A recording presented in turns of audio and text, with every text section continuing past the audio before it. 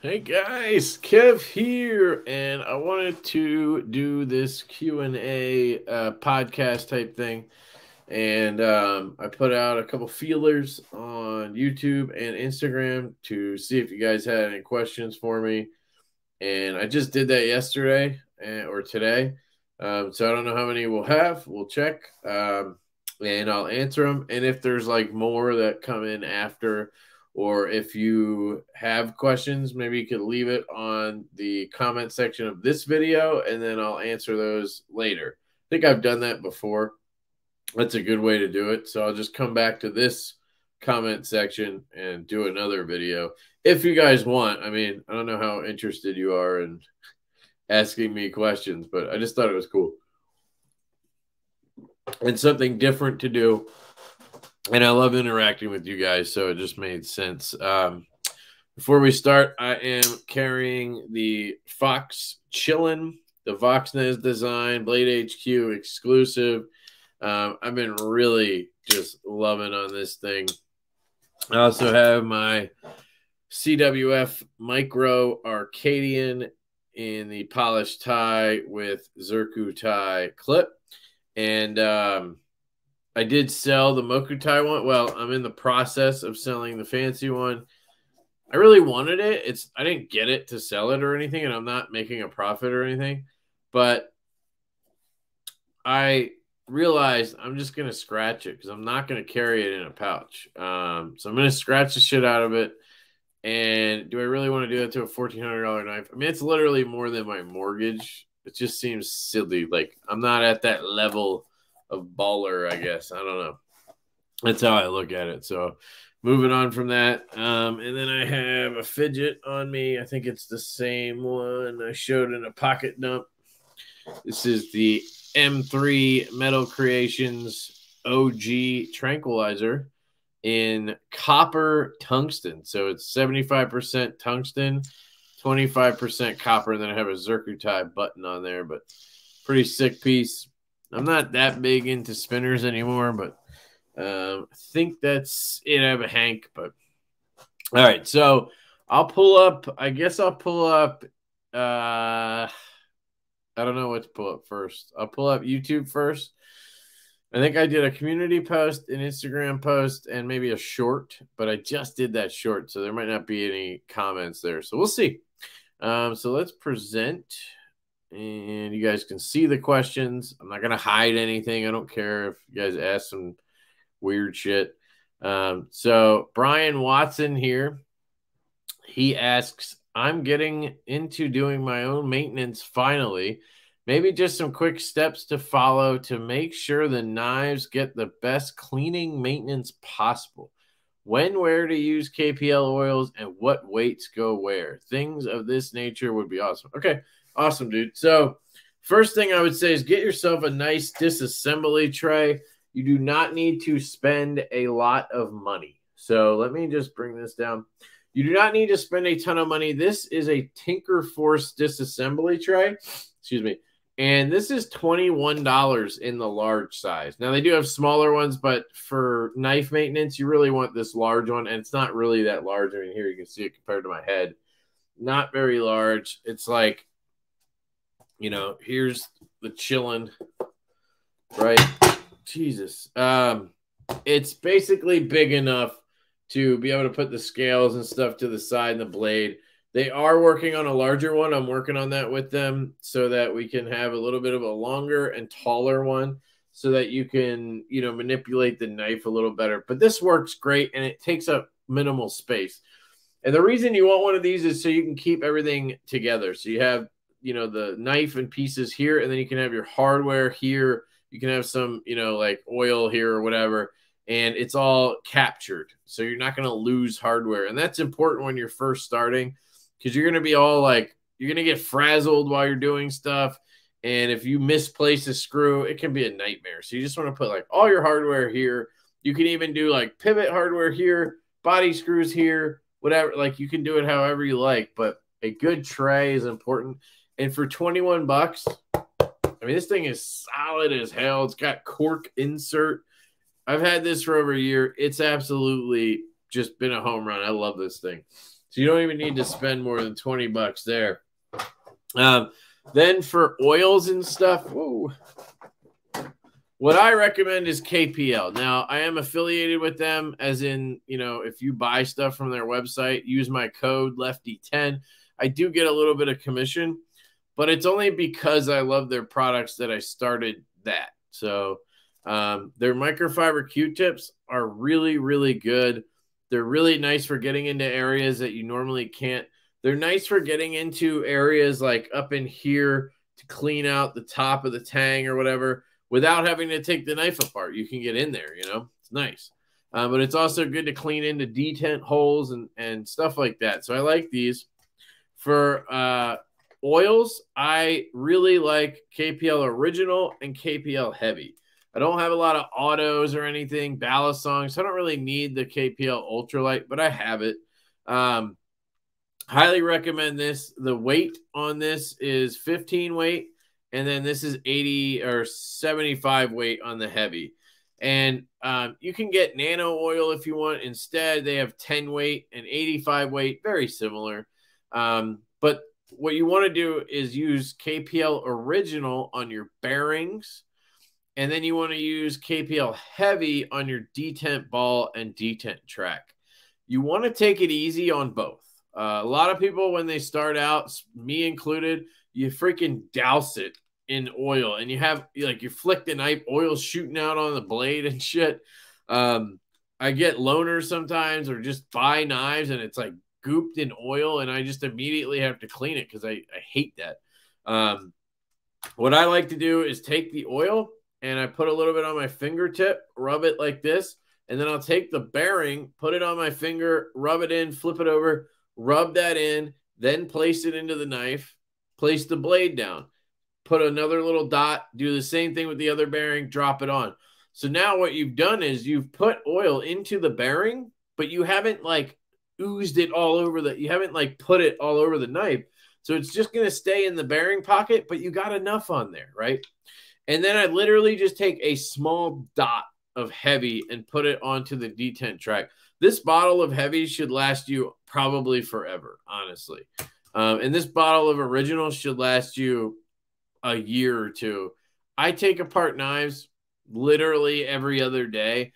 I've had these 2 bottles here for at least a year. So if I'm doing that, I don't see any reason why anybody else, unless you're a knife maker or assembler or whatever, if you're like me and you're taking apart a knife every other day or a couple times a week, you shouldn't need these, you know, you shouldn't be refilling these all the time, basically.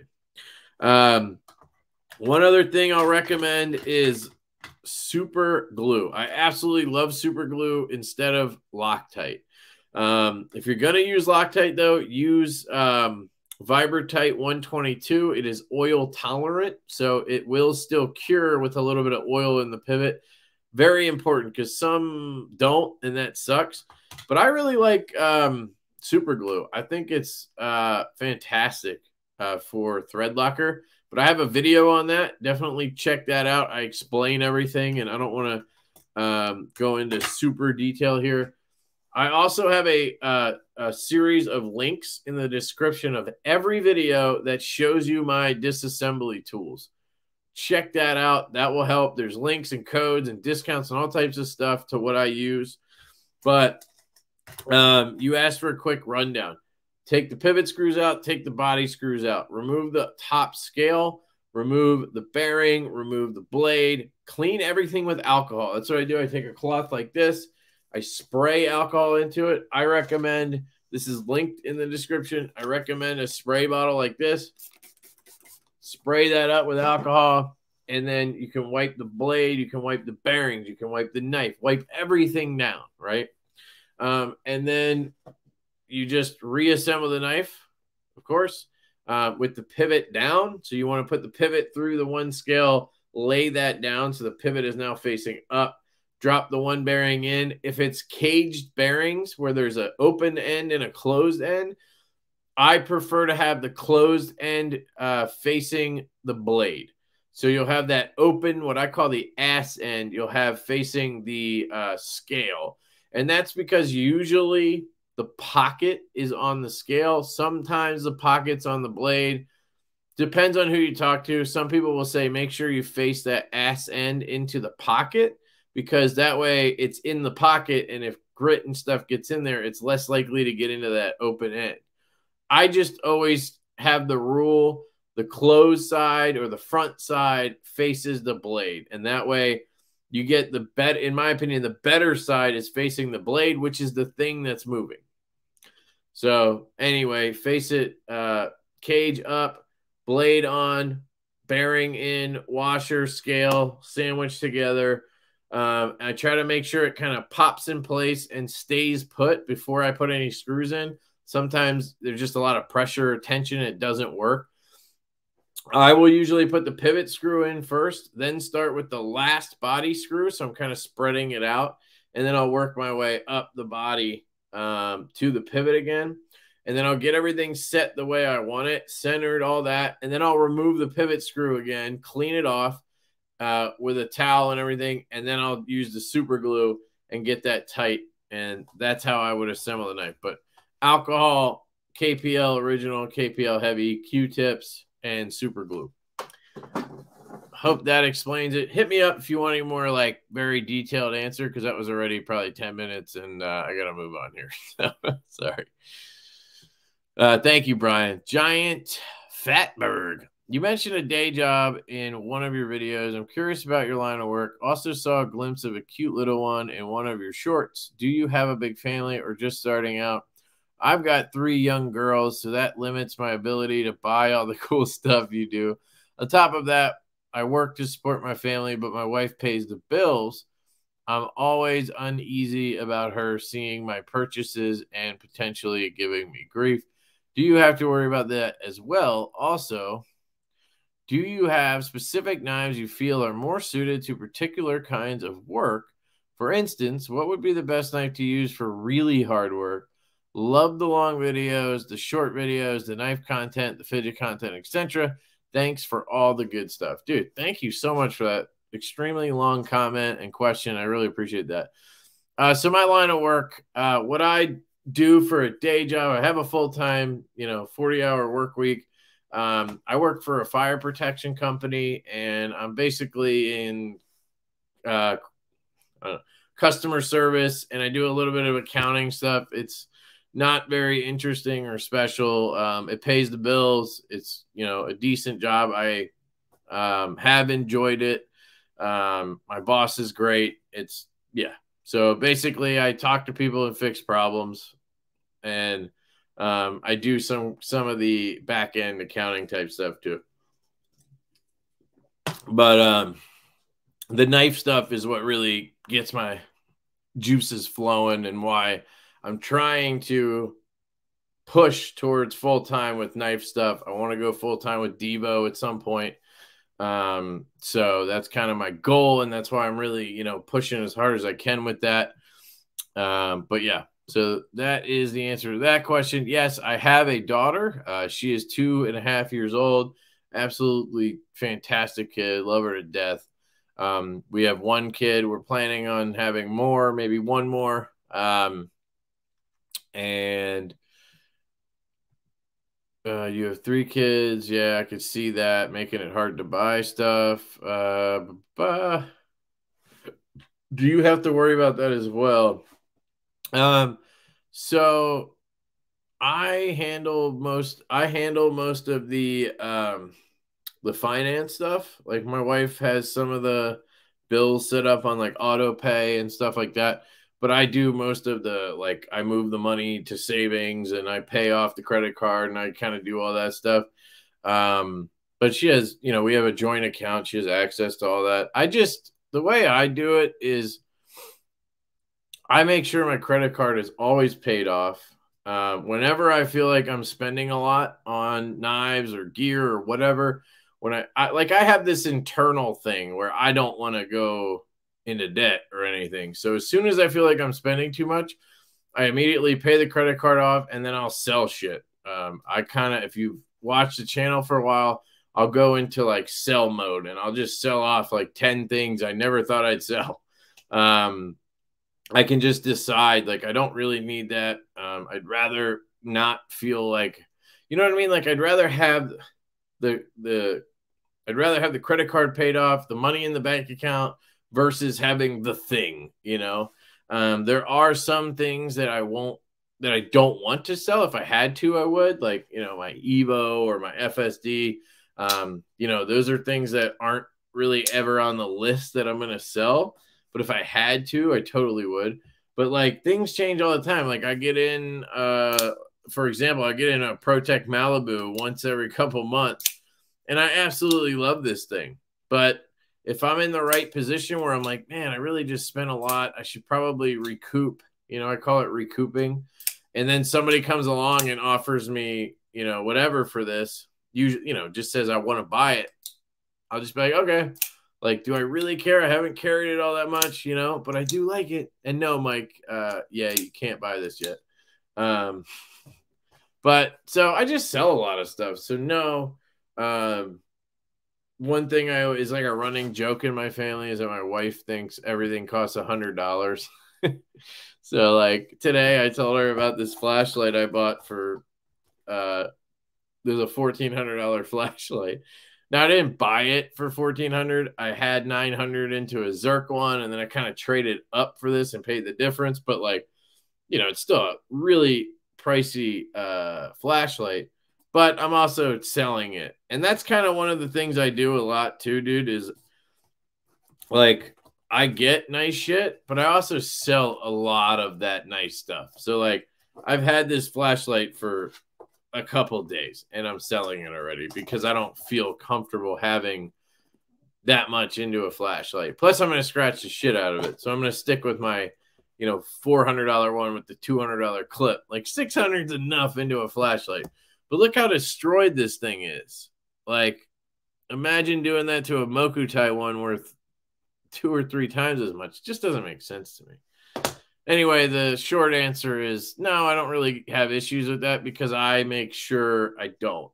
But I could totally see where somebody would get on your case for, you know, buying and I buy a lot, but I have the channel as an excuse. I think that helps, honestly, where a lot of people don't have that fallback. You know, I'm just like, I have it for the channel, and I do get paid a little bit through the channel. So it's not just like all my funds from my full-time job are going into knife stuff, right? Like I'm using channel funds. I get a monthly payment from Google for AdSense and whatnot, which is it's a decent amount. It's not like a lot, but it pays for more than just shipping at this point. It's covering a little bit more. So I can get a couple things here and there. I get giveaway stuff, and I can buy maybe one nice knife for the channel or whatever. Then I have the affiliate stuff. So like, I don't know. I have that excuse baked in. And then you ask the specific knives you feel are more suited to particular types of work. Yeah. So like I have a Waypoint. This is for sale, by the way, still. I have it up for $240 if anybody's interested. I'd probably at this point do, you know, like $230 or something. But like this is has been my yard knife. And you can see it has a mirror edge on it. It's still like there's nothing wrong with it. But this is the knife I carry when I do yard work, and it really just means I'm cutting some bags or some shit. I don't do like crazy, you know, shit with it. But it's rust proof, you know, and when I do yard work, I'm going to sweat, and I don't want to rust my knife. So this makes perfect sense for that, right? But if you're going to have something like a Jaeger in your hand or pocket, you're not going to want to use this for, you can see here, I cut some boxes open. This is really good for like thin cardboard, opening packages, cutting shipping labels, all that kind of basic EDC stuff, cutting paper, you know, cutting shapes out of paper, all that kind of stuff. But I would never use this for thick-walled cardboard, like side and corners of cardboard. I would never use this for anything hard use because you're going to roll the shit out of this edge because it's such a thin tip and a thin hollow grind.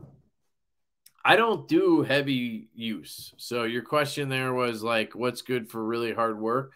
I'm not the guy for that. I just don't do a lot of it. You know, the most I do is cut cardboard boxes down. I cut zip ties, but I use whatever's in my pocket. I cut 3 or 4 zip ties with this today because I got my kid a new bath toy. had to cut those out. That was a pain in the ass, by the way. You know, so something like this with a nice tall flat grind, I think, is a good option for harder use. Nice thick stock to start with. But, you know, I'll plug my knife.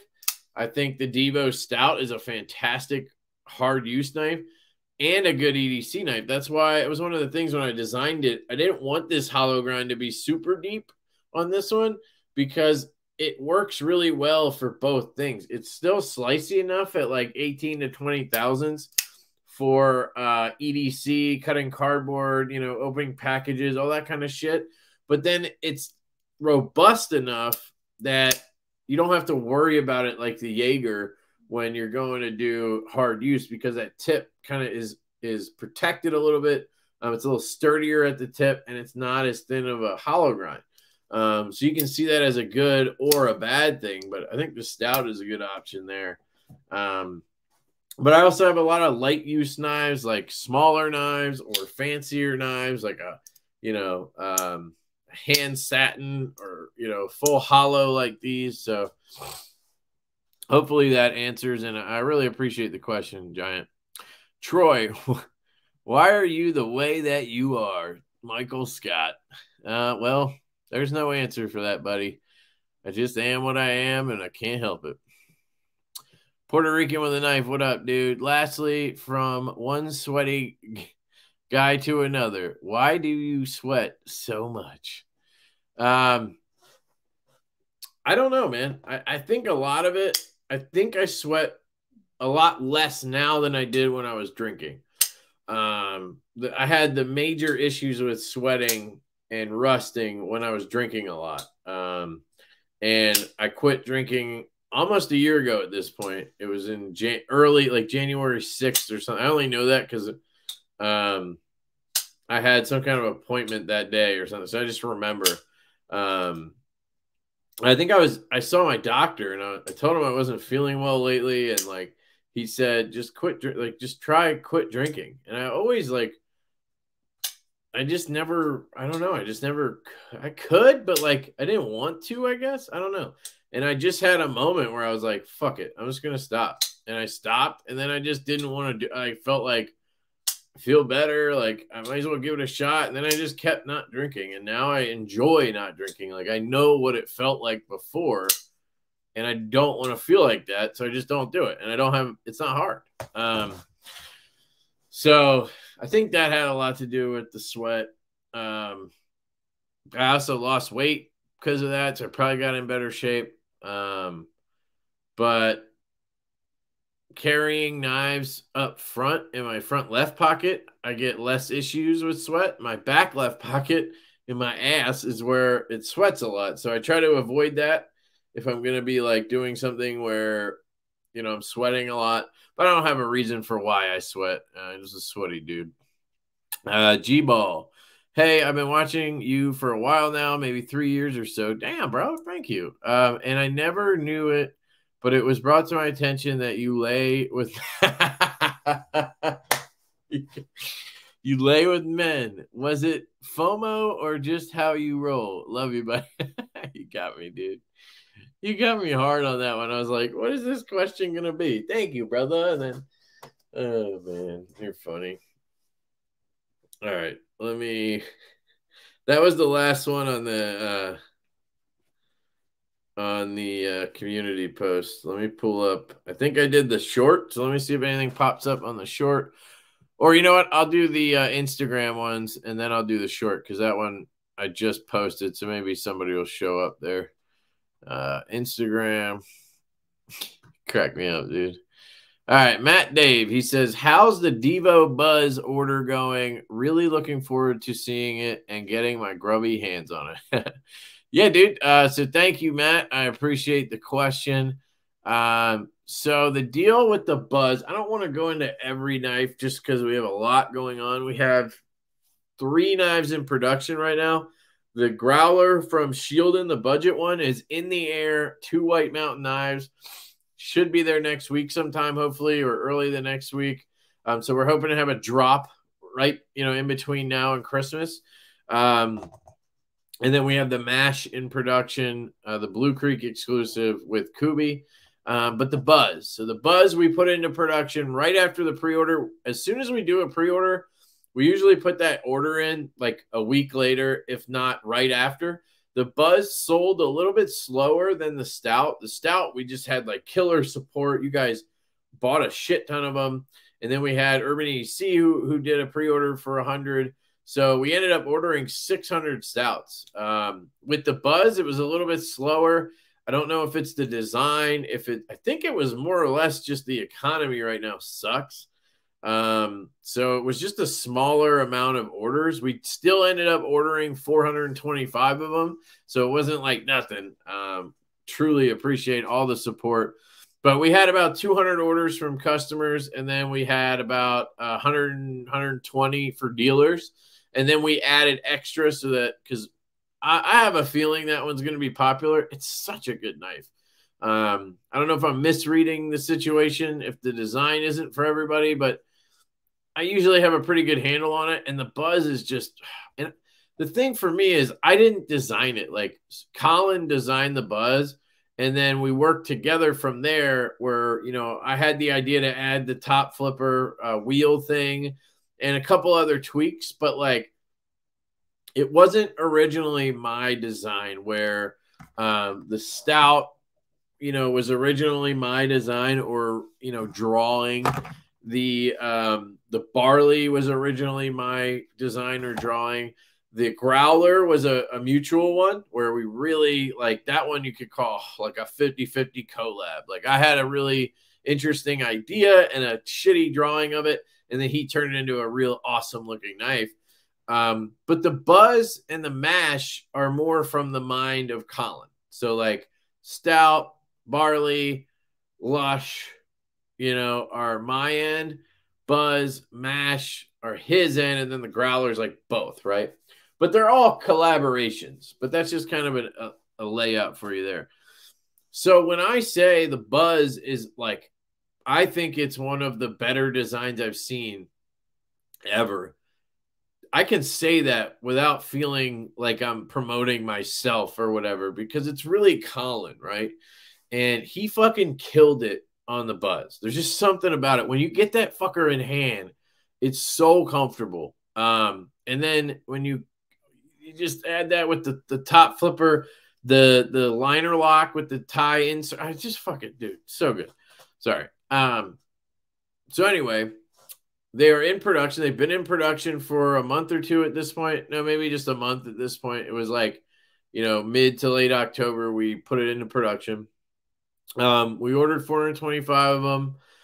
We have dealers who ordered a bunch, and we have extras. So there's going to be plenty to buy when they come in.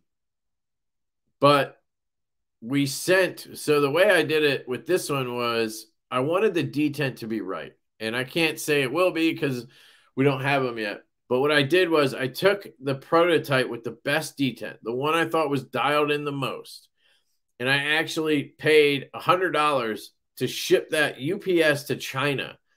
And I sent it to Best Tech so that they could match that detent. That was my way of doing it. I didn't want to fuck around with it and be like, can you make it a little stronger than this or that? And how do they know? You know, they sent me a video of a guy in the shop flicking it and stuff. They're like, how does that look?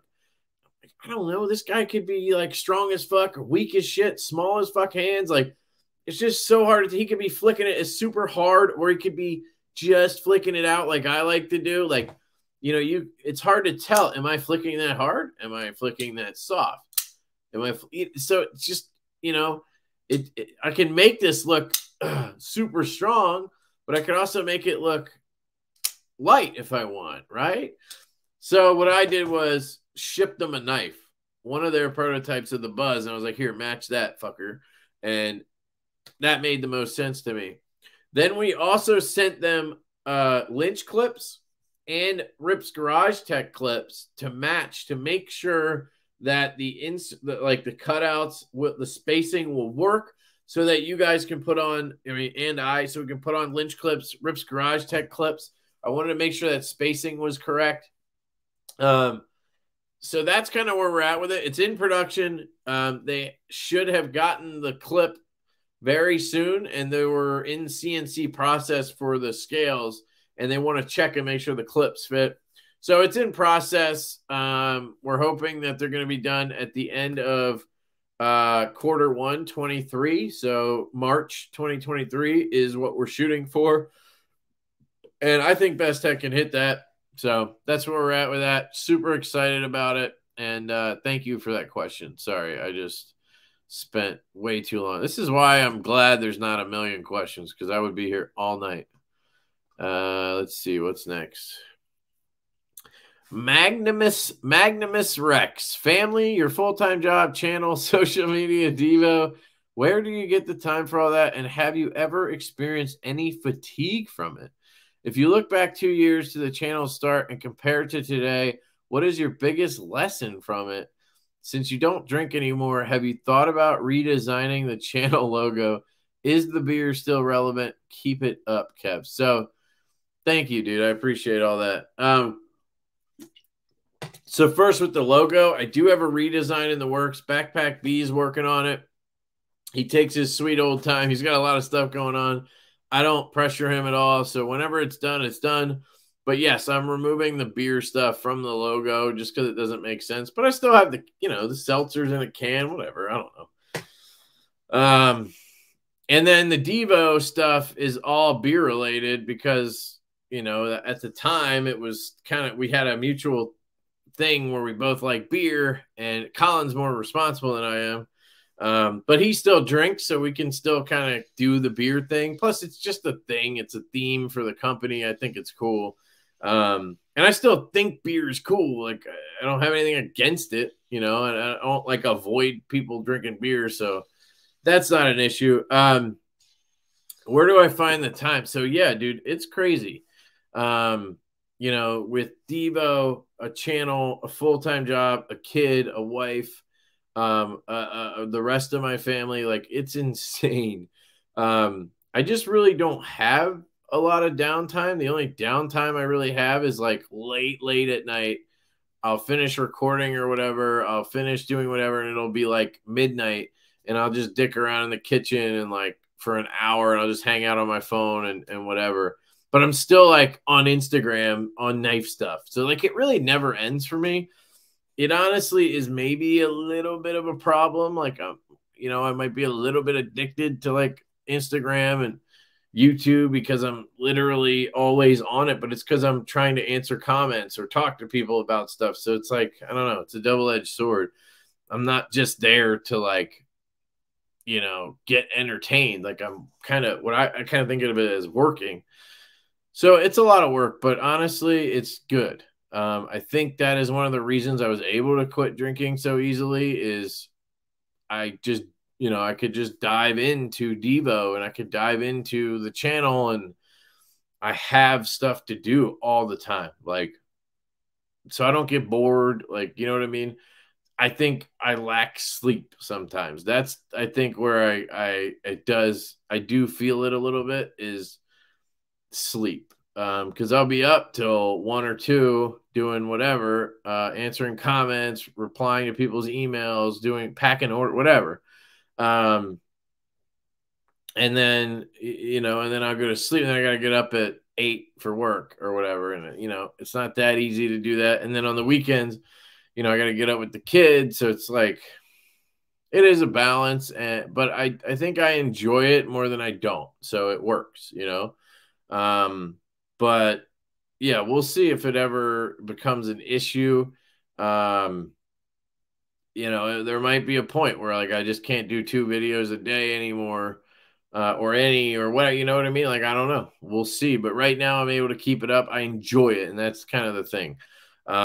One thing that I think will help relieve that a little bit is I am pushing towards trying to go full-time. I want to go full-time Divo, which means full-time channel, so I can kind of get income from both, hopefully, and be able to supplement what I'm making now.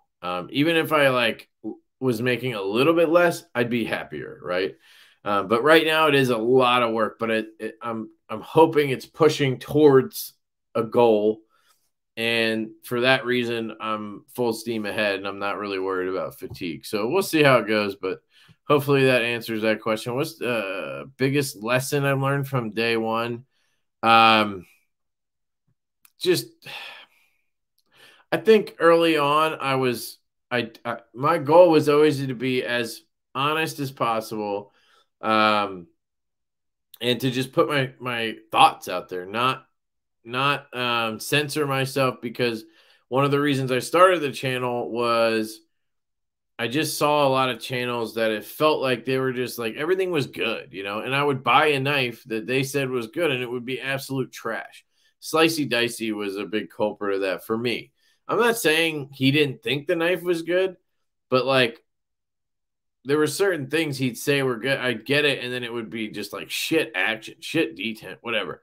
But I have learned that like knives vary from knife to knife. That's one of the biggest lessons I've learned. Is I've always been I used to be very like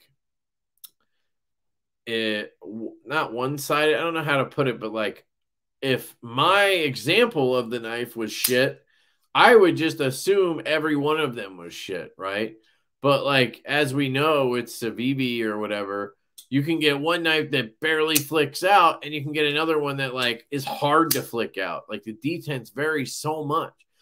And with some knives, it's centering. With some knives, it's blade plate, whatever, right? But every example of the knife is not the same. And that's something I learned. So now I'm a little more careful with how I say things. Like my example is this versus they're all shit, and that's another thing. I think I was very harsh, which I was trying to be honest and just put it out there. And I think that's something that people like about the channel. But I also think I was a little over the top with how harsh I was, right? If you're trying to help, like, because there's a difference between constructive criticism and just bashing. And now I only bash when I need to. If I have feedback, I try to make it constructive in a way, but I still want people to know there's negatives. So I don't sugarcoat, but I'm more careful about it. I won't just say this is fucking shit. Like that's what I used to say, But now I'll be like, this detent really needs some work, whatever. And maybe that company can take some criticism from it. If it's a big company, I'm more likely to just shit on them. But if it's a small company, I'm trying to give feedback instead of just dropping bombs, So I think that's probably the biggest thing I've learned, is to just reserve myself a little bit more. I think I've just become a better like reviewer, so to speak. And I've just learned over time not to be so harsh. And I think I've learned to be less critical, even though I'm still, if you look at overall compared to like other channels, I am very critical. And it probably sounds like I complain a lot, but that's a lot less than I used to. So I don't know. It's hard to explain, but I try anyway. So thank you, dude. I really appreciate the question. Dane, how many beers you can drink? I don't drink any now, but the most I've ever drank, I think I killed a case of Heineken, like full size 12-ounce Heinekens in one night. So 24 Heinies in one night, and I slept for like a day. So stupid, but apparently 24. Bootleg Cowboy. When you used to drink a lot, did you have any struggles quitting? Any advice on quitting an addiction, bad habit? What are your favorite ice creams? How much does a minimum run cost? Okay, let's start with number one. Did you have any? So here's the thing. I had struggles getting to the point where I wanted to quit. So it's hard to gauge, right? Actually quitting? No, I just was like, nope, not drinking anymore. And I flipped the switch. I maybe had a week or two where like there was times where I was like, yeah, I could have a beer. And I was like, nah, I'm not going to have the beer. I just made a decision one day and I was like, I'm not drinking. I took all the extra beer I had and gave it away. Like I just made a decision. And I've always been that way. When I decide to quit something, I fucking quit, like smoking, drinking, I don't know, drugs. Like I just am like, it's time, it's over. And then I just do it. But getting to that point is very hard for me, if that makes sense. So it's kind of a double-edged thing there as well. But I just don't like like I was saying earlier, I really just dove into the channel work. Divo gave me a really good outlet to just basically put energy into something that benefits me in the sense that it's creative outlet, right? It doesn't benefit me financially really because we haven't taken any money out of Divo. So it always cracks me up when people are like, "Yo, you designed this, copied this to just make money and run away." It's like, dude, we haven't taken any money out. Like, I don't even know how that makes any sense. But it's a creative outlet. And obviously I plan to get paid later on as like a salary, but we're not just taking like chunks out every time we do a pre-order. All that money goes back in. Every time we do a pre-order, we're funding another project. So like we did the stout, we funded the growler run. We did the buzz, that funded the mash. So like, people need to try to understand. I know a lot of you do, but anyway, I had an outlet there, and that's what I think I would recommend is pick up a hobby, like not just buying knives. Like if that works, sure, but like maybe you learn how to sharpen, and then you become like a fucking master sharpener. Because if you take the amount of time and effort you put into drinking, that's what I noticed. I put a lot of time and effort into it, a lot of brain power went into drinking because it was always like, when am I going to get the next case of beer? Oh, I'm down to this many. I got to get another case. I got to get in the truck. I got to drive and get it. I'm spending all this money, right? I'm sitting on the couch just drinking beer after beer, watching some dumbass show, right? Like all of that time and energy and money is now going to positive things in my life. And I think if you can do that and channel that and harness it, it really makes a difference for you and you'll notice it. And then you'll fall in love with that and you'll just dive deeper. And that's kind of how it worked for me. Hopefully that kind of answers your question. What are your favorite ice creams? Fudge Tracks or Moose Tracks is probably my favorite right now. It's got like peanut butter cups, chocolate, pieces of like chocolate, fudge, whatever. It's fucking good. Fudge Tracks. And just like regular Neapolitan. How much does a minimum knife run cost? 10K, 20K, 30K, 40K? Just curious if you could ballpark it.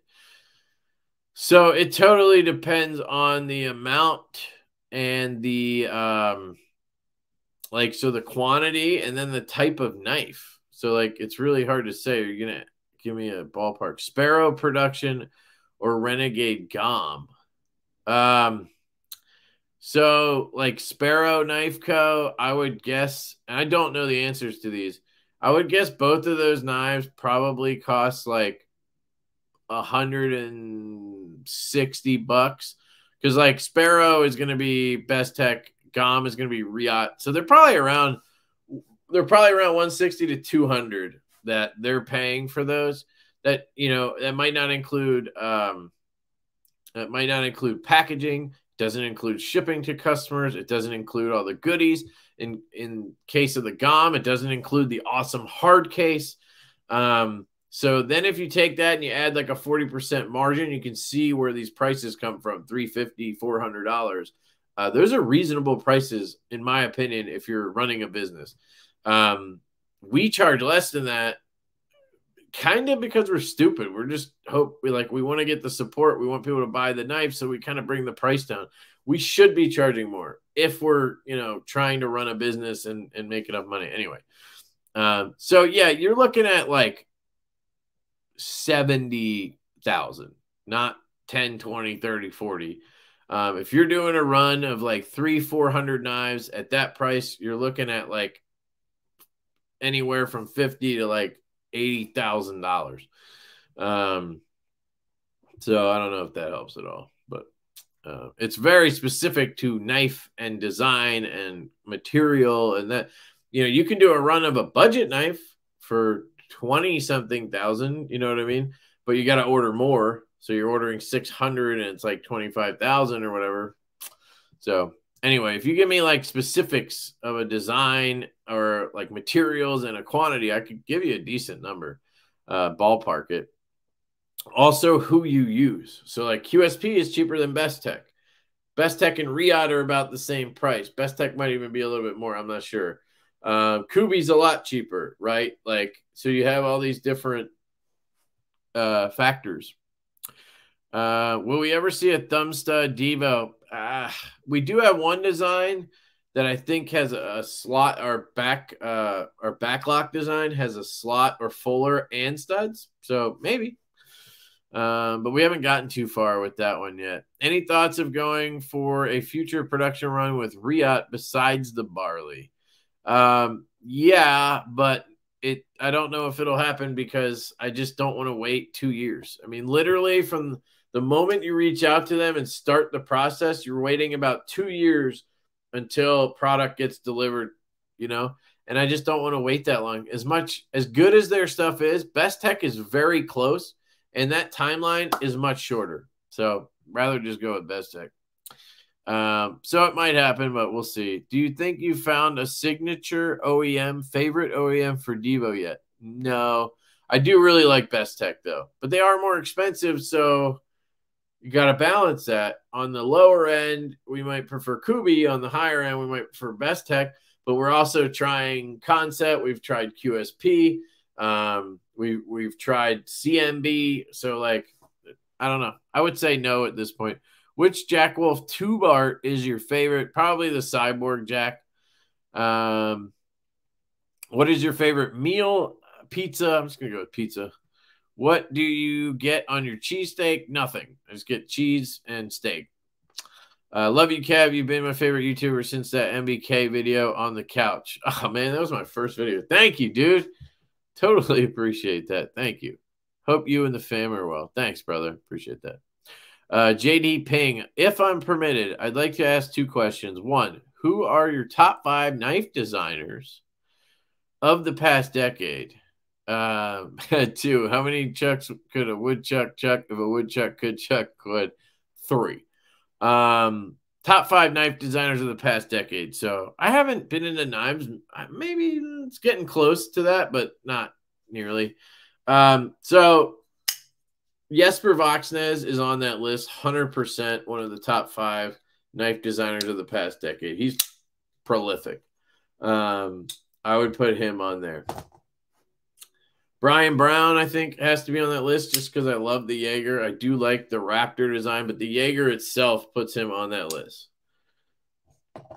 Looking around. Brian Nadeau. I'm not in love with all of his work. The Mini Tempest is a fantastic piece of art, but there's no denying how good Brian Nadeau is. Trying to think. Oh, Trevor Berger. So you said designer, but I'm just going to go with designer / maker. And I do love the designs Trevor Berger has, but like the quality there's just something next level about Trevor Berger. So he's there. That's 4.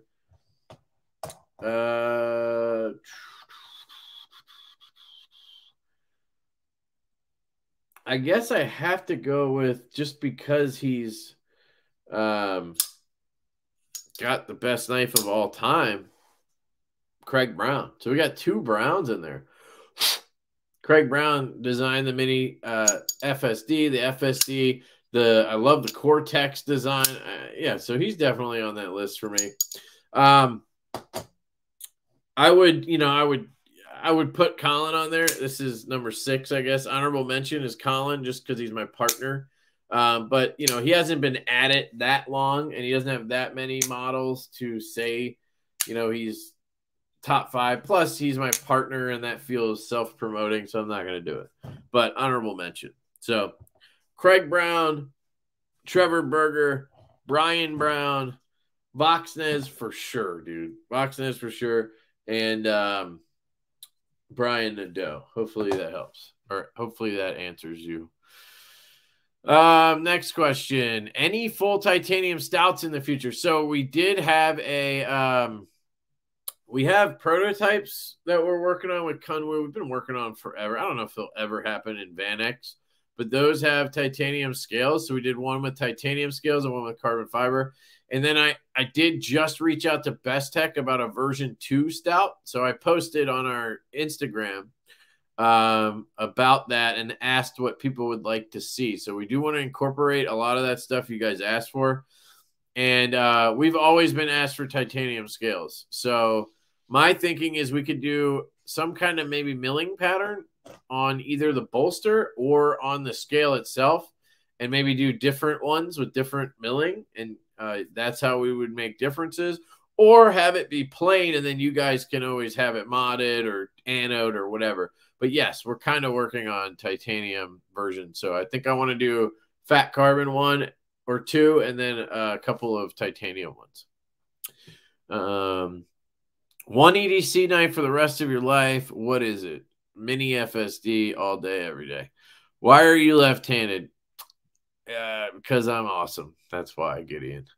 I maybe missed it if you already answered or said, but what are you doing as a full-time job? Not that it matters, just curious. Yeah, I already answered that.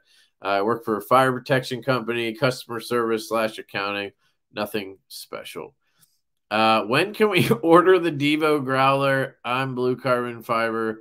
Man, he is up my butt, and I love it. Thank you. That sounded wrong. Thank you, fuck. Is that how you say your name? Is it Fuck Lee?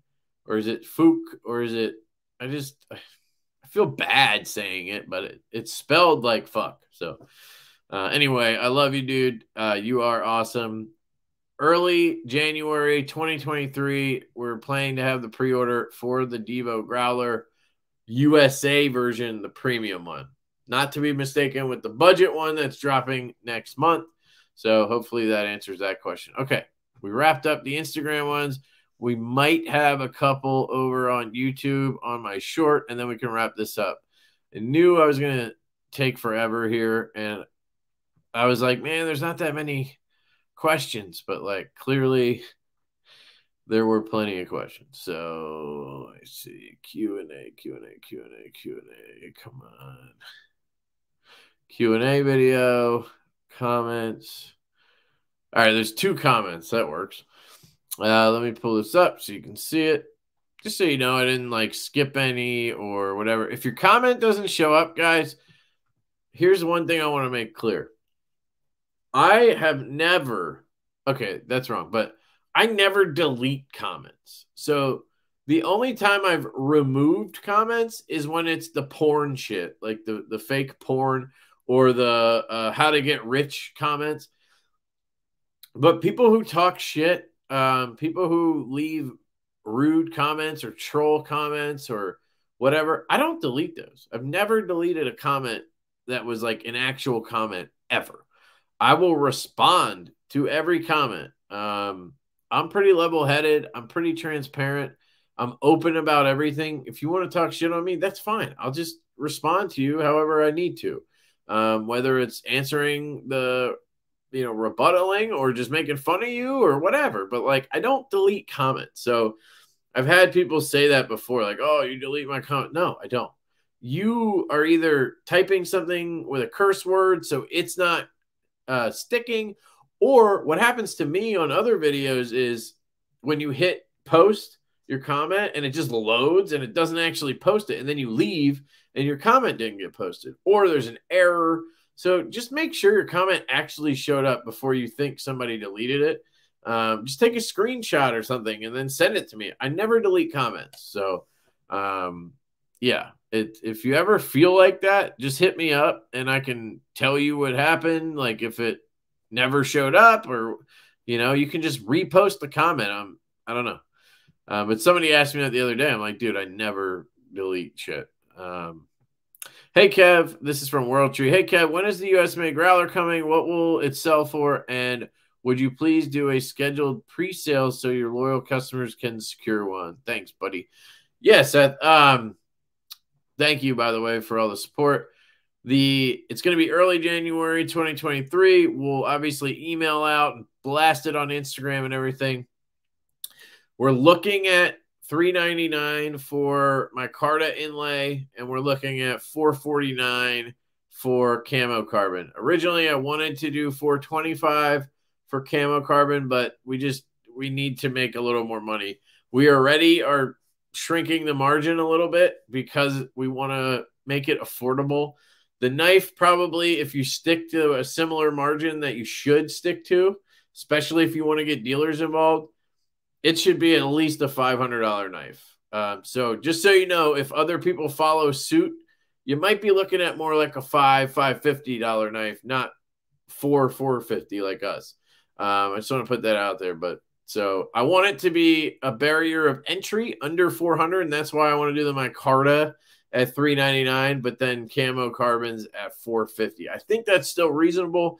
We will obviously still have a Sezzle option, so people can use a pay in 4. Hopefully that helps. But those are the kind of numbers on that. And that's not definite, but it's pretty close. So thank you, dude. Andrew, what is your day job? Just answered that. Just curious. No need to say the company. Just interested to know what you're doing. I don't know if you're the same person on Instagram, but also, is your plan to grow Divo enough for it to be your job? Yes, 100%. My goal is to do that. Ski Bum was going to ask the same thing. So, yep, fire protection company, customer service, accounting, talked about that.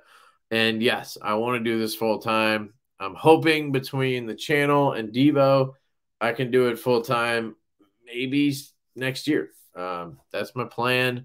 I'm busting my ass to do it. And I hope that happens. Your guys' support is huge with that. So if you get a chance to support me or the channel or Divo, please do it, because it's definitely going towards me living the dream.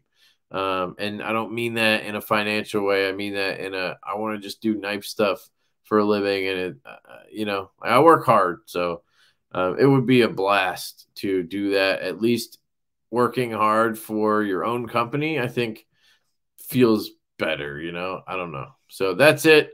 Thank you guys, really appreciate it. We got an hour out of that somehow. If you guys have other questions, feel free to leave them in the comments of this video. I will either just answer them on the comment, or I will do another one of these and answer them. I don't want to do one every week and make it boring, but I think I did one 6 months ago. So, every 6 months or so. But I really appreciate the support. I do. If you're not subscribed, please subscribe, hit the like button, do all that crap that I hate saying, but I probably should say. Tell me what your favorite knife is down below. I'm loving this chillin'. I got to say, it's one of my favorite box designs now of all time. I would love to see a Ace Riv in a liner lock like the Nibbler here. If they did the Riv like this, it would be dope. So I haven't carried this in 2 days, so I forget how to flick it. There we go. Still digging it, but kind of trying to sell them all. So anyway, I love you guys. Thanks for checking this out. Much appreciated. This will post in December, like early December sometime. Hopefully we'll have a date on the Shield and Growler at that point. And I love you guys. Thank you so much. I hope you have a fantastic day. And I will catch you